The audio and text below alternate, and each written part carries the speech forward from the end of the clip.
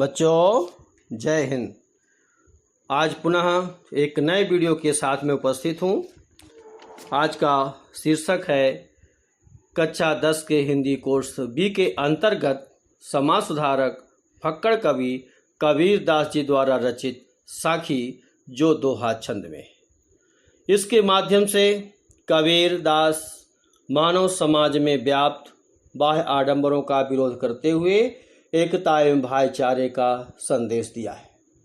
मैं इसके पूर्व पार्ट 1 में विशेष विस्तार से इसके प्रसंग को बता चुका हूं और बताने की ज़रूरत नहीं है। तो आइए हम सीधे सीधे कविताओं पे चलते हैं। आइए देखते हैं दोहा नंबर 5। बिरह भुवंगम तन बसे मंत्र न लागे कोय, राम वियोगी ना जीवे जीवे तो बौरा हो। कबीर दास जी कहते हैं कि जिसके शरीर में विरह रूपी सांप घर कर जाता है अर्थात बैठ जाता है, उसके बचने का कोई उपाय नहीं रहता है, अर्थात उसके बचने का फिर कोई चांस ही नहीं रहता है। राम के वियोग में घुलने वाला प्राणी अर्थात परमात्मा के वियोग में जीने वाला प्राणी, ये मान के चलिए कि वह जीवित नहीं रहता है। और यदि वह जीवित रहता है, राम वियोगी ना जीवे, यानी वह जीवित रहता है तो जीवित कैसा रहेगा? जिए तो बौरा हो, तो वह पागल होकर के जीता है। इसका मतलब क्या है? इसका मतलब यह है कि राम के प्रेम में जो पागल प्राणी है वह सांसारिक मोह माया को बिल्कुल त्याग देता है, क्योंकि उसको आभास हो जाता है कि यह भौतिकता में कुछ सत्यता नहीं है, सब नाशवान है।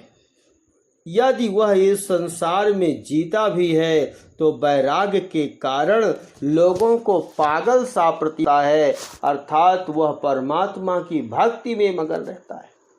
एक छोटे से प्रसंग में जैसे आपने मीरा को देखा होगा, मीरा को भौतिकता के नाशवान होने का पूरा आभास हो चुका था, उसको अपने परमात्मा ही चारों ओर दिखाई दे रहे थे। और ऐसे में मीरा जब गली गली भगवान का गुणगान करते हुए नाचती थी तो लोग मीरा को क्या कहते थे? पागल ही तो कहते थे। इसी प्रकार कबीर यहाँ कह रहे हैं कि परमात्मा की भक्ति में जो इंसान पूरी तरीके से यहाँ पर मग्न हो जाता है, वैराग्य प्राप्त कर लेता है, ये हमारा समाज उसको पागल कहता है। तो आगे आए, हम अगले दोहे की ओर चलते हैं। निंदक नियणे राखिए आंगन कुटी बंधाई, अबिन सावण पानी बिना निर्मल करे सुभाय।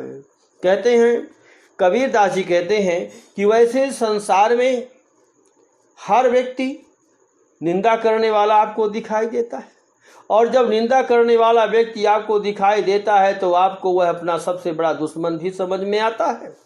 लेकिन कबीर देखिए बड़े अजीब तरीके से आपकी एक प्रस्तुति यहाँ पर दे रहे हैं, क्या कि जो आपकी बुराई करता है कबीर की दृष्टि में वो सबसे बड़ा आपका हितैषी हो जाता है। कैसे? तो कबीर ने कहा कि देखिए करना क्या है आपको, निंदक नेड़ा राखिए। जो आपका निंदा करने वाला व्यक्ति है ना, उसको अपने पास रखिए। और कितना पास रखिए ये भी ध्यान दीजिए। आंगन कुटी बंधाई, अपने आंगन के मध्य भाग में उसके लिए एक कुटिया बनवा दीजिए और उस कुटिया में उसको रखिए। इससे क्या होगा? इससे यह होगा कि वह जो निंदक है वह क्या करेगा?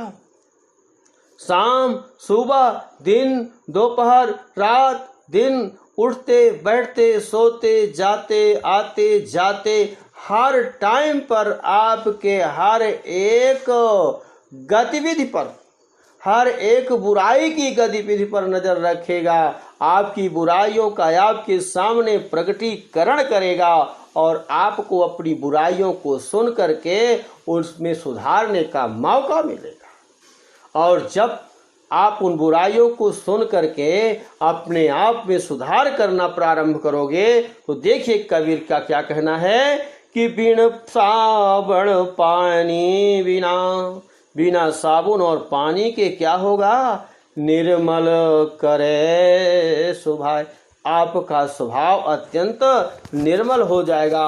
अर्थात आपके अंदर किसी भी प्रकार का कोई दोष, कोई कलमश, कोई बुराई नहीं रह जाएगी, सब समाप्त हो जाएगी। और इस तरह से कबीर यहाँ पर निंदा करने वाले व्यक्ति को समाज सुधारक के रूप में यहाँ उपस्थित किया है। तो आइए अगले दोहे पर चलते हैं। पोथी पढ़ी पढ़ी जग मुआ, पंडित भया न कोय, एक आशिर पीव का, पढ़े सो पंडित हो। कबीर कह रहे हैं कि इस संसार सागर में बहुत सारे विद्वानों को देखा, पंडितों को देखा, लेकिन वास्तव में कबीर की दृष्टि में देखिए पंडित कौन है। कबीर दास जी कहते हैं कि पोथी पढ़ पढ़ जग मुआ, कहते हैं कि मैंने बहुत सारे पुस्तकें पढ़ी, मैंने बहुत सारी जो है ज्ञान विज्ञान की पुस्तकें पढ़ी, लेकिन आप अनेकों प्रकार के ज्ञान की पुस्तकें पढ़ पढ़ करके आप इस संसार से चले गए, लेकिन कबीर की दृष्टि में आप पंडित नहीं कहलाए। उन्होंने आपको पांडित्य की श्रेणी में स्थापित नहीं किया। पंडित भया न कोई पंडित नहीं हुआ। चाहे जितनी पुस्तकें, चाहे जितनी पोथी आप, चाहे जितने ही धार्मिक पुस्तकें आप पढ़ लिए हो, तो कबीर की दृष्टि में अब पंडित है कौन। एक आशिर पीव का, एक ही अक्षर, पीव का, प्रियतम का, ईश्वर का, परमात्मा का, प्रेम का, जिसने ईश्वर से, परमात्मा से प्रेम करना सीख लिया है। पीव एक आशिर पीव, पीव माने प्रीतम, जिसने परमात्मा से प्रेम करना सीख लिया है, पढ़े सो पंडित हो। जिसने प्रेम की भाषा सीख लिया है, परमात्मा से प्रेम करना जिसने सीख लिया है, वही सबसे बड़ा पंडित है। एक अक्षर पीव का, पढ़े सो पंडित हो, जिसने एक ही अक्षर प्रेम का, क्योंकि कहा गया है कि प्रबल प्रेम के पाले पढ़कर प्रभु का नियम बदलते देखाओ।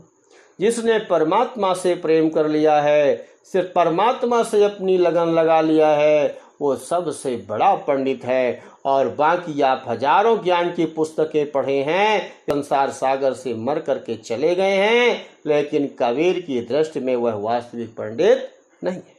आइए अगले इस अंतिम दोहे में कबीर ने कहा कि देखिए परमात्मा की भक्ति करना इतना आसान नहीं है।